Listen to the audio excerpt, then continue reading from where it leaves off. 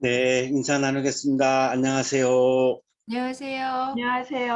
안녕하세요. 안녕하세요. 안녕하세요. 안녕하세요. 안녕하세요. 황경만 교수님 오랜만입니다. 예. 아유, 반갑습니다. 늦어서 죄송합니다. 예, 예. 고맙습니다. 오늘 트럼펫 연주해준 우리 이현준님은 우리 음대 졸업하고 우리 한양대학교에서 주일날 연주자로 또 봉사하다가 지금 독일의 함부르크로 유학을 가서 공부하고 있는 그런 분인데 아주 실력도 좋고 또 아주 성품도 좋고 신앙도 좋은 아주 참 굉장히 좋은 청년입니다. 여러분 마음속으로 많이 응원해 주시고 오늘 슈베르트 아베 마리아 저 개인적으로 굉장히 좋아하는 그 곡인데 이렇게 연주해 주셔서 감사합니다.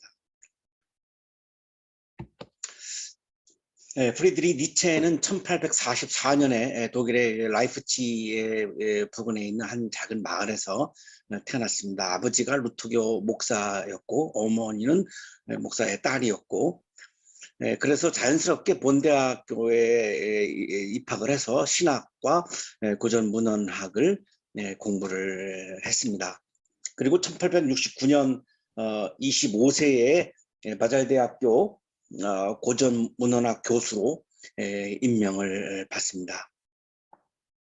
굉장히 천재 중에 한 분이죠.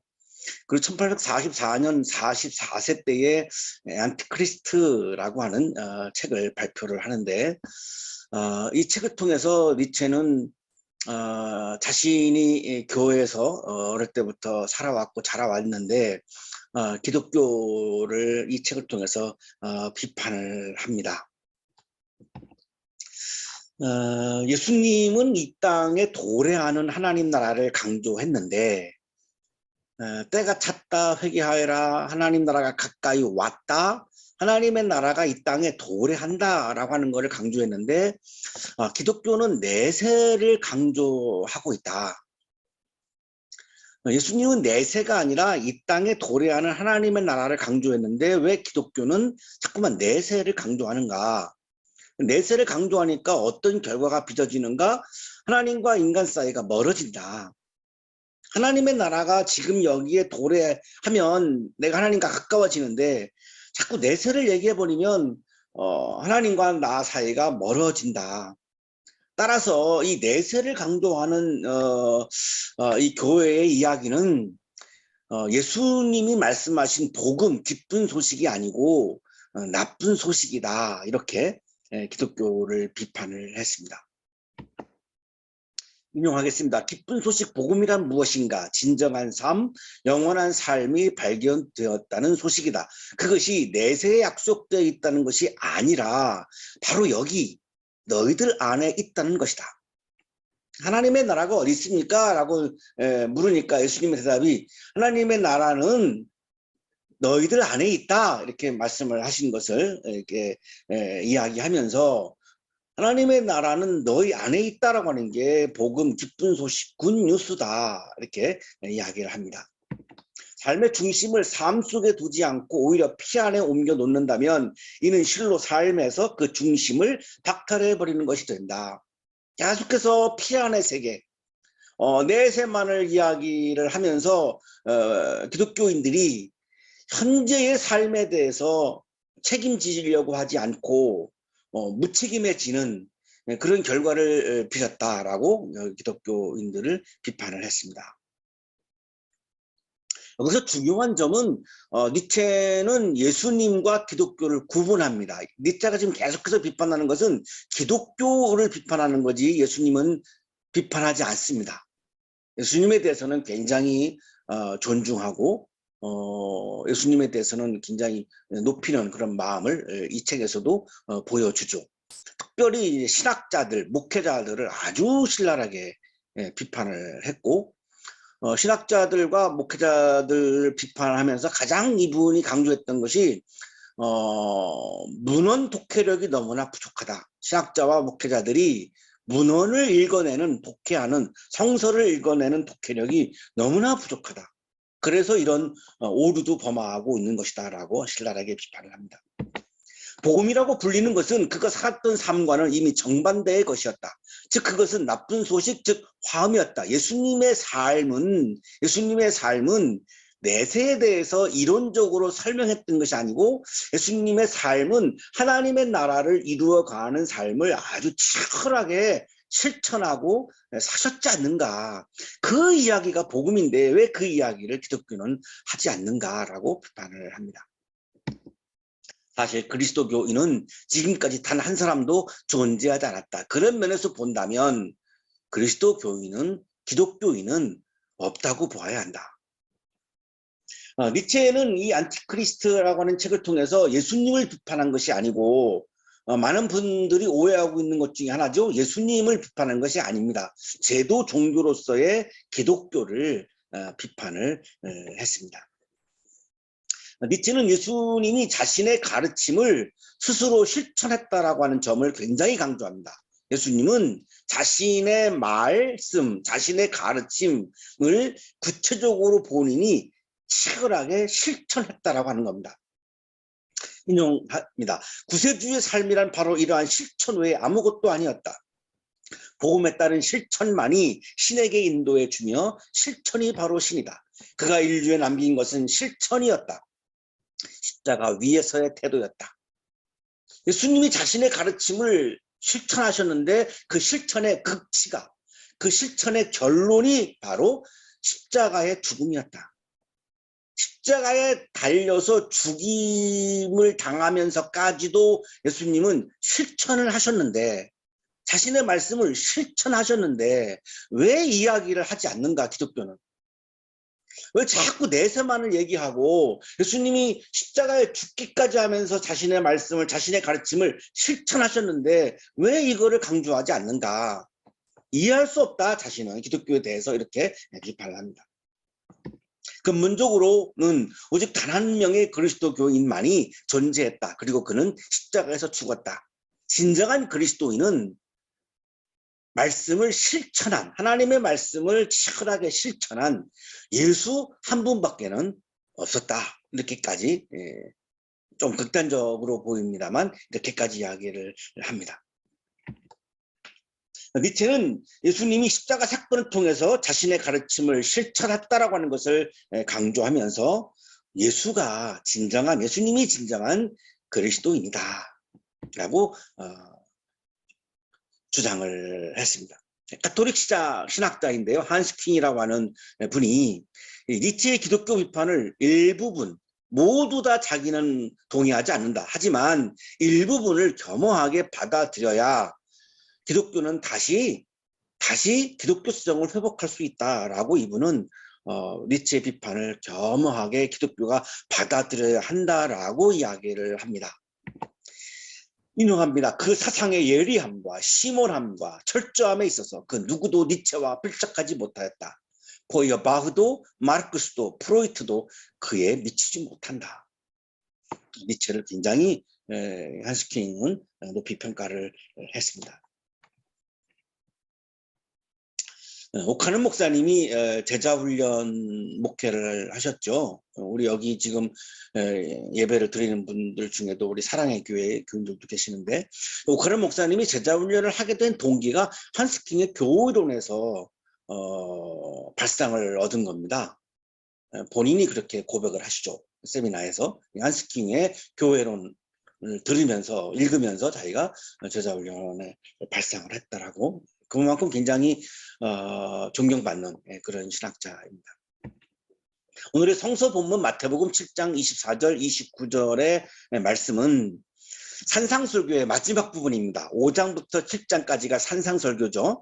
산 위에서 제자들에게 하신 설교 말씀인데 이 산상설교의 결론입니다. 가장 마지막 부분입니다. 마음이 가난한 자는 복이 있나니, 이렇게 산상설교를 시작을 하셔가지고 오늘 본문이 산상설교의 마지막 결론인데, 이 마지막 결론에서 예수님이 강조하신 것이 실천입니다. 예수님이 제자들에게 산상설교에 대한 그 반응에 대해서 결론적으로 말씀을 하시는데, 이 신학주석가 프랜스 교수는 이 결론 부분에서 핵심 단어가 행하다, 실천에 옮기다라고 하는 단어다라고 설명을 합니다.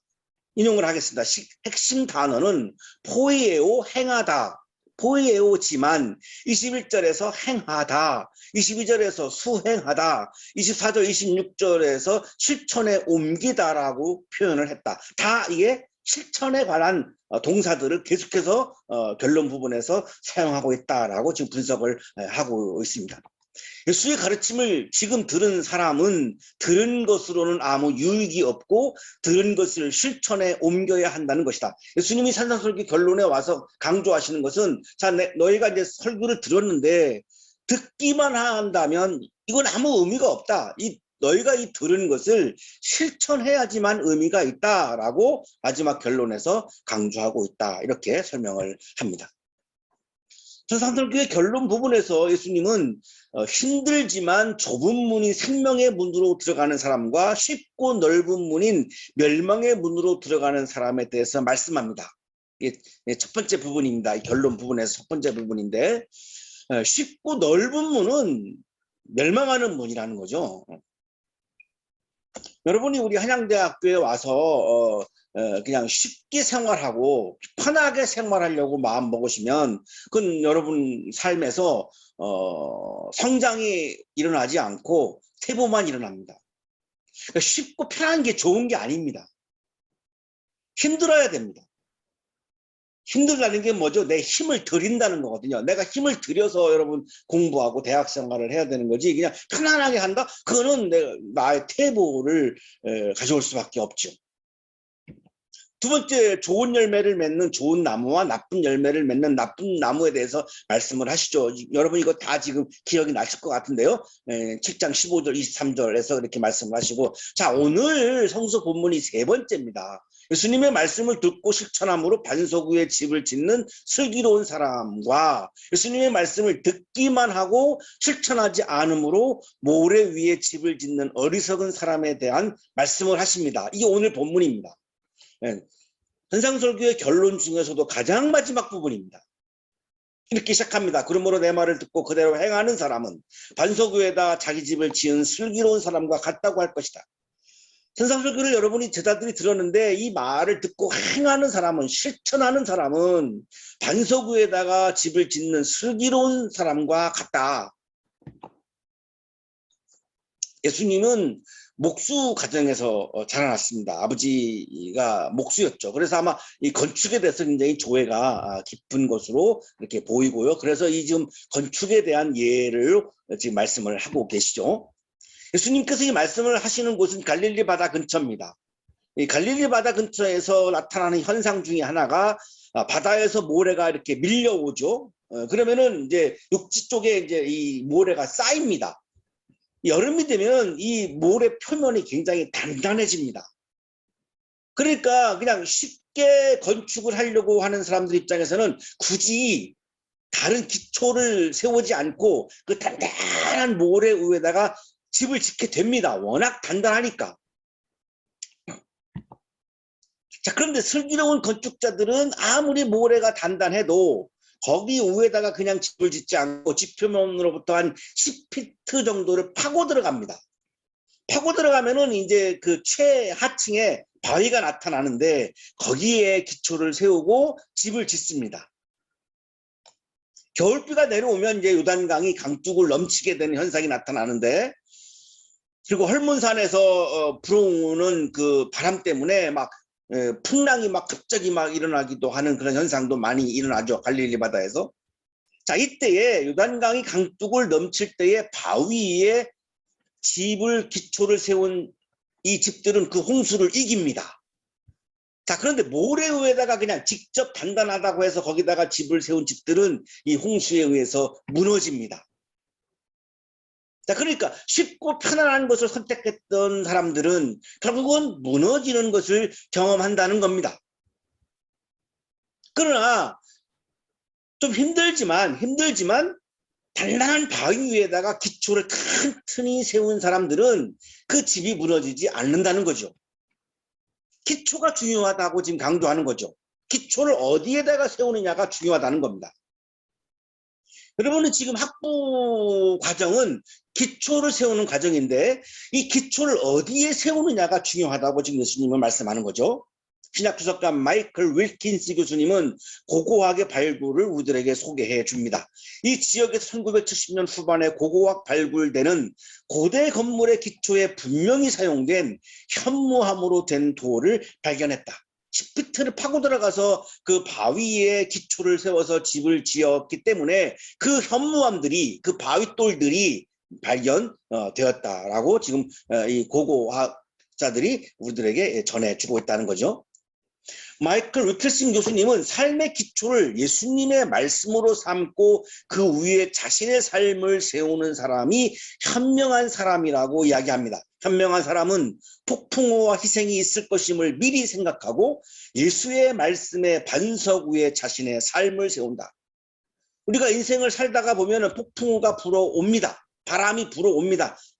내가 예수 잘 믿으면 안 불어온다. 아, 그건 미신입니다. 불어옵니다. 아무리 잘 믿어도 폭풍우가 불어오고 비가 내리고 바람이 불어옵니다. 피할 수 없습니다. 모든 인류에게, 모든 사람에게, 신앙이든 비신앙이든 누구에게나 실력이 있든 실력이 부족하든 다 옵니다. 이때에 반석 위에 예수님의 말씀을 이제 예수님은 지금 반석이라고 말씀하는 겁니다. 예수님의 말씀이라고 하는 반석 위에 자신의 삶을 세운 사람들은 그런 폭풍이 불어왔을 때 무너지지 않는다. 하지만 쉽고 편안한 길을 선택을 해서 모래 위에 세운 사람들은 그 집이, 인생의 집이 무너진다. 누가 현명한가? 힘들어도 바위 위에 집을 세우는 사람이 현명하지 않는가? 폭풍우가 올 거를 예상한다면 힘을 들여서 반석 위에다가 집을 세워야 한다. 힘을 들이는 게 뭘까요? 말씀을 실천하는 것은 힘이 들어갑니다. 실천하지 않는 것은 힘이 안 들어가죠. 가만히 있어도 되는 거죠. 실천하지 않는 것은. 실천하는 것은 힘이 들어가야 실천하죠. 예수님의 말씀을 듣고 그대로 행해야 하는 이유는 예수님의 말씀을 듣고 그대로 행하는 사람은 반석 위에 인생을 세우는 슬기로운 사람이기 때문에 예수님의 말씀을 들었으면 그것을 그대로 행해야 하는 이유가 거기에 있는 거죠. 비가 내리고 홍수가 나고 바람이 불어서 그 집에 들이쳤지만 무너지지 않았다. 그 집을 반석 위에 세웠기 때문이다. 여러분이 4년 동안 우리 학교에서 이제 대학 생활을 하면서 비가 내립니다. 홍수도 납니다. 바람도 불어옵니다. 현재 인류가 경험하고 있는 코로나도 이게 비가 내리고 있는 거죠. 홍수가 난 거죠. 바람이 불어오고 있는 거죠. 피할 수 없습니다. 인간의 삶은 이거를 피할 수가 없습니다. 예수님의 말씀을 듣고 그대로 행하는 예수님의 말씀 위에 인생을 세우는 슬기로운 사람은 비바람을 이겨냅니다. 기초가 튼튼해야 내 존재가 무너지지 않습니다. 기초가 튼튼해야 성장이 일어납니다. 여러분이 지금 대학 학부에서 기초를 튼튼하게 세워야 기초를 세운 것만큼 여러분의 학문과 삶이 성장합니다. 기초가 약하면 성장하지 못합니다. 어느 정도 이렇게 레벨에 올라가면 그 이상 성장하지 않습니다. 기초에 따라서 성장의 폭이 결정되는 거죠.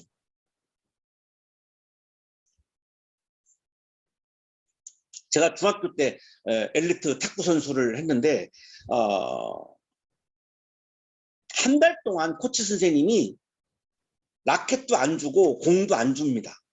달리기만 시킵니다. 한 달 내내 달리기만 시키고 실내에 들어오면은 나무 토막 굵은 걸로 만든 탁구 라켓을 주고 공을 안 줍니다. 그 두꺼운 무거운 나무 토막 갖고 계속 이렇게 스윙 연습만 합니다. 그때는 몰랐는데 지금 생각해보면 그게 기초입니다. 폼을 만들어 놔야 이 폼 안에 공이 들어와서 공을 쳐야지 미스가 안 생기고 위력이 있기 때문이고, 공을 따라가면 폼이 무너지기 때문에 기초를 세우기 위해서 그렇게 했던 거죠. 기초가 그만큼 중요하기 때문이죠. 예수님의 말씀을 듣고 그대로 행하는 것을 기초로 세워야 나의 신앙도 성장합니다. 주님의 말씀을 듣기만 하고 실천하지 아니하면, 행하지 아니하면 그 기초가 세워지지 않고 따라서 신앙도 성장하지 않습니다. 머리만 성장하는 거지 신앙은 성장할 수가 없습니다. 그러나 나의 이 말을 듣고서도 그대로 행하지 않는 사람은 모래 위에 자기 집을 지은 어리석은 사람과 같다고 할 것이다. 예수님의 말씀을 듣기만 하고 실천하지 않는 사람은 쉽고 편안한 길을 걸어가죠.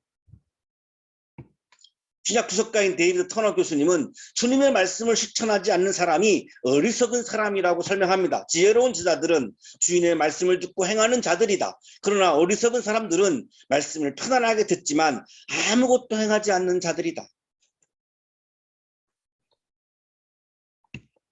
비가 내리고 홍수가 나고 바람이 불어서 그 집에 들친이 무너졌다. 그리고 그 무너짐이 엄청났다. 예수님의 말씀을 듣기만 하고 실천하지 않는 사람은 비바람 앞에서 무너집니다. 쉽고 편안한 길을 걸어가면 좋은 열매가 없습니다. 예수님이 걸어가신 십자가의 길과 사랑을 실천하는 길은 어렵고 힘든 길이었습니다. 많은 유대인들로부터 공격받았고 유대 종교 주자들은 낭떠러지에서 밀어가지고 막 죽이려고까지 했고 나중에 결국 십자가에서 죽였습니다. 그 정도로 예수님이 걸어가신 십자가의 길과 사랑을 실천하는 길은 엄청나게 어렵고 힘든 길이었습니다. 사람들이 잘 가려고 하지 않는 좁은 길입니다. 좁은 문입니다. 그런데 거기에 열매가 있었던 거죠. 부활의 열매가 거기에 있었던 거죠. 오늘날의 기독교라고 하는 열매가 거기에서부터 시작된 거죠. 그게 없었으면 예수님이 그냥 편안한 길을 걸어갔으면은 부활의 열매도 없고 기독교라고 하는 열매도 없는 거죠. 예수님은 왜 그랬을까요? 그 힘든 일을 왜 하셨을까요? 하나님의 뜻이었기 때문에 하나님의 말씀을 기초로 삼고 그 위에 자신의 삶을 세우셨기 때문에 아무리 힘들어도 아무리 어려워도 그 길을 기쁨으로 걸어갔던 거죠. 사명으로 걸어갔던 거죠. 예수님은 하나님의 나라를 이 땅에 세우는 좋은 열매를 맺는 길을 힘차게 걸어가셨어요. 그게 좁은 길이었어요. 좁은 문이었어요. 그러나 좋은 열매가 열리는 길이었죠.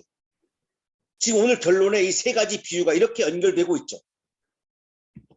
예수님의 말씀을 듣고 그대로 행해야 하는 이유는 나의 삶과 존재가 튼튼해지기 때문입니다. 여러분의 존재가 튼튼해지기 때문입니다. 인생의 비바람을 이겨내는 힘을 기를 수 있기 때문입니다. 여러분 지금까지 경험한 어려움은 아무것도 아닙니다. 이제 대학교 생활은 고등학교 때보다 훨씬 더 어려운 일들이 많고 또 사회에 진출하면 학교 다닐 때보다 너무나 어려운 일들을 여러분이 직면하게 됩니다. 제가 인생을 돌아보면 제일 재미있고 제일 좋고 제일 그랬던 때가 대학생활 때입니다. 딱 졸업을 하고 여러분이 사회에 진출하는 순간 엄청난 비바람들이 기다리고 있습니다. 여러분이 힘을 기르지 아니하면 그 비바람에 무너집니다. 그 비바람을 이겨내는 힘은 말씀을 듣고 실천하고 행하는 데에서 축적되어져 가는 겁니다. 예수님의 말씀을 듣고 그대로 행해야 하는 이유는 거기에서 내가 하나님의 나라를 경험하기 때문입니다. 하나님 나라의 기쁨은 내가 말씀을 실천할 때에 내가 경험할 수 있는 겁니다. 예수님께서 이 말씀을 마치셨습니다. 자, 산상설교를 마쳤다라고 하는 말씀입니다. 5장부터 7장까지 산상설교를 다 이제 마치셨습니다. 그랬더니 무리들의 반응은 놀람이었습니다. 놀랍니다. 왜 놀랐을까요? 예수께서는 그들의 율법학자들과는 달리 권위 있게 가르치셨기 때문이다. 율법학자들의 가르침은 우리가 흔히 랍비라고도 부르는데 랍비 자신에게 권위가 없었고 텍스트의 권위가 있었습니다. 텍스트의 권위. 토라라고 하는 율법이라고 하는 이 텍스트의 권위가 있었고 율법학자들 자신에게는 권위가 없었습니다. 그런데 무리들이 느낀 거는 예수님은 텍스트에 권위가 있는 것이 아니라 본인에게 권위가 있다라고 하는 것을 경험합니다. 이게 놀란 내용입니다. 권위 때문에 놀란 겁니다. 본인의 권리 때문에, 권위 때문에. 예수님의 권위는 하나님의 아들로서 하나님의 나라를 세우기 위한 실천에서 비롯된 권위입니다. 랍비들은 말로만 이야기했지만 보니까 예수님은 자신의 말씀들을 구체적으로 실천합니다. 여기에서 비롯된 권위가 무리들을 놀라게 했던 거죠. 그만큼 실천하는 데서 오는 권위는 엄청난 파워가 있다는 겁니다. 사랑하는 한양 가족 여러분, 예수님의 말씀을 듣고 그대로 행하고 실천함으로 나의 삶을 주님의 말씀 위에 세워서 나의 삶과 존재가 튼튼해지고 인생의 비바람을 이겨내고 하나님 나라의 기쁨을 매일의 일상 속에서 경험하는 삶이 되시기를 축복합니다. 기도드리겠습니다.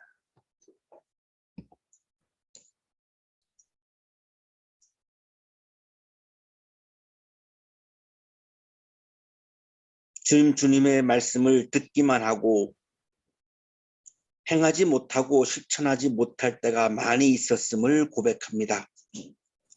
우리에게 믿음을 더해 주시고 용기를 더해 주시고 지혜를 더해 주셔서 힘이 들어도 어려워도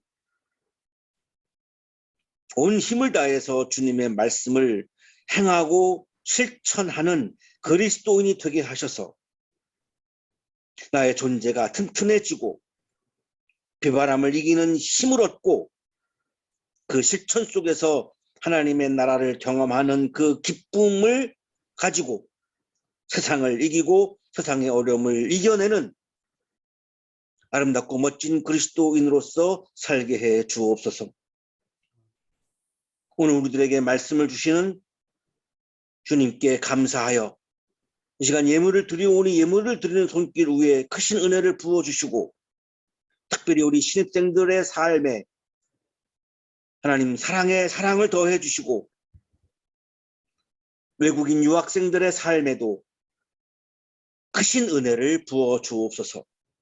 아멘. 예수 그리스도 이름으로 기도하옵나이다. 아멘.